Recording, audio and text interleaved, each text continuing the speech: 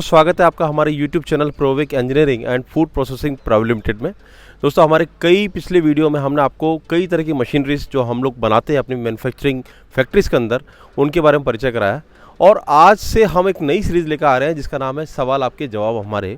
और इसी सीरीज़ के अंतर्गत आज फ्लोटिंग फिश फीड प्लांट और मशीनरीज को डिस्कस करने के लिए या उनसे रिलेटेड सूक्ष्म से सूक्ष्म यानी सबसे छोटे से छोटे जो आपके दिमाग में क्वेश्चन आ सकते हैं, उनके लिए हमारे साथ में कमल भाई, कपिल भाई और हितेश भाई हैं, जो आपके मन के अंदर आने वाले क्वेश्चंस को अपने तरह से पूछेंगे और यहाँ पर मैं आपके सामने लाइव इनका जवाब दूंगा। हो सकता है कि इन सारे वीडियोस को देख करके जो कि सीरीज़ में आएंगे, आप अपने कई सारे जो क्वेश्चंस आपके माइंड में रहेंगे उनके आंसर को प्राप्त कर पाएंगे। और आपकी जो शंका आपके दिमाग में रहती है, जिसको कि आप यहाँ इतनी दूरी पर आने के बाद में पूरा कर पाते हैं, वो आप वीडियो के माध्यम से पूरा कर पाएंगे।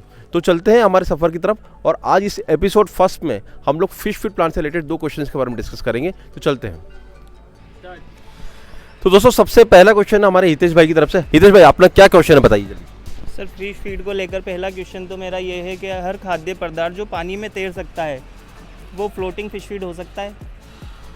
तो दोस्तों, हितेश भाई का क्वेश्चन बहुत अच्छा जायज़ क्वेश्चन है और नॉर्मली हर एक के दिमाग में आता होगा, क्या हर वो खाद्य पदार्थ या हर वो फूड प्रोडक्ट जो पानी पे तैर रहा है वो फ्लोटिंग फिश फीड हो सकता है क्या? तो उसका जवाब है नहीं।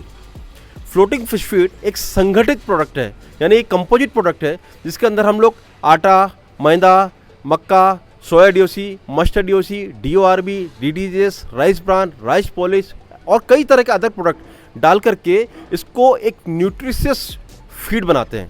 अब जैसे आप मान लीजिए आटा डाल रहे हैं, तो आटे में वो सारे गुण नहीं है, आटे में कार्बोहाइड्रेट है लेकिन उसके अंदर प्रोटीन की मात्रा कम है, कैलोरी की मात्रा कम है। अगर हम मक्का की बात करें तो उसके अंदर प्रोटीन कम है और एनर्जी भी कम है।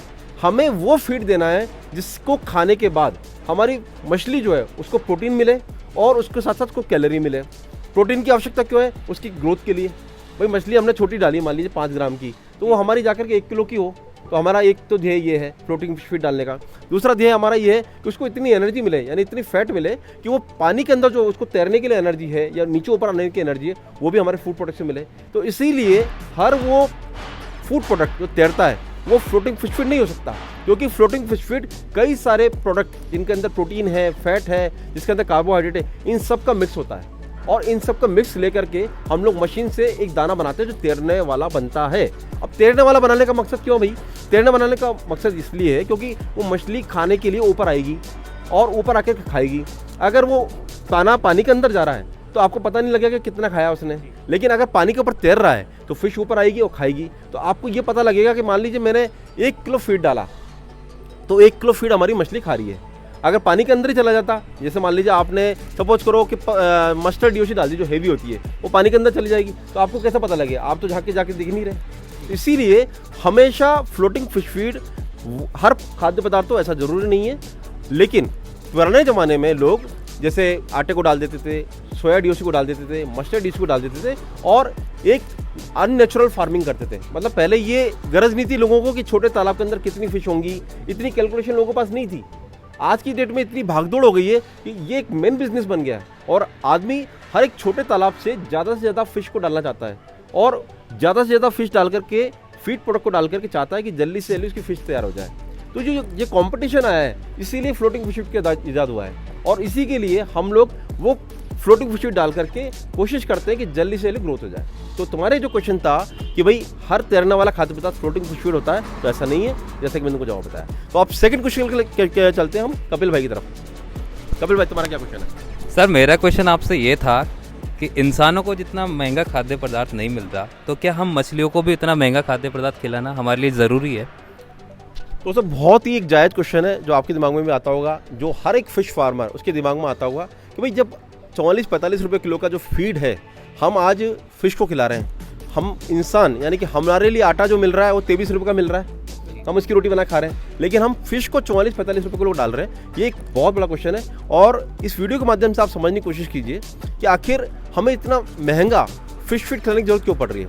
तो मैं पहले क्वेश्चन से लिंक करता हूँ कि आज की डेट में जो फिश फार्मिंग है बड़ी कॉम्पिटिटिव हो गई है, बड़ी इसके अंदर एक स्पर्धा हो गई है। पहले लोग क्या करते थे कि तालाबों के अंदर जितनी मर्जी पड़ी उतनी फिश डाल देते थे, कोई कैलकुलेशन नहीं थी। आज की डेट में लोग एक 6x6 का तालाब खोदा तो उसमें 5000-6000 फिश डालेंगे। अब फिश डालेंगे तो फिश डालने के बाद में उसकी ग्रोथ भी होनी जरूरी है, क्योंकि हमारे पड़ोसी की भी ग्रोथ हो रही है, फिश की ग्रोथ हो रही है। तो इसके लिए जल्दी से जल्दी ग्रोथ करने के लिए उसको एक प्रोटीन और कैलोरी से युक्त डाइट दी जाती है। उसको बोलते हैं हम फ्लोटिंग फिश फीड बोलते हैं। फ्लोटिंग जैसा मैंने बताया तैरने के लिए, यानी कि ऊपर आके खाएगी तो उसकी एनर्जी वेस्ट होएगी, आके खाएगी तो हमको दिखेगा खा रही है, तो हमें ये सुनिश्चित हो जाएगा खा के जा रही है। दूसरी चीज़, क्योंकि इसमें सारे प्रोटीन्स हैं, सारे फैट हैं, सारे कैलोरीज हैं, तो इससे सुनिश्चित हो जाता है कि अगर वो खाएगी तो उसकी ग्रोथ होएगी। तो फ्लोटिंग फिश फीड बेसिकली जो तुम्हारा क्वेश्चन था कि क्या इतना महंगा फ्लोटिंग फिश फीड डालने की जरूरत है, वो इसलिए ज़रूरत है भैया क्योंकि अगर हमको 1.3 का या 1.2 का भी FCR मिल रहा है, यानी कि हम 1 किलो 300 ग्राम या 1 किलो 400 ग्राम भी फीड खिला रहे हैं और उसका वजन 1 किलो हो रहा है, तो जाकर के वो 120 रुपये किलो में बिक रही है या 100 रुपये किलो में बिक रही है फिश, और उसके ऊपर फार्मर को 30% का फ़ायदा है, लेकिन इंसानों में इतना फ़ायदा नहीं होता गुरुजी। इसीलिए फ़िश फीड के अंदर आप जितना इन्वेस्टमेंट करेंगे उससे आपकी फ़िश जल्दी ग्रोथ होगी।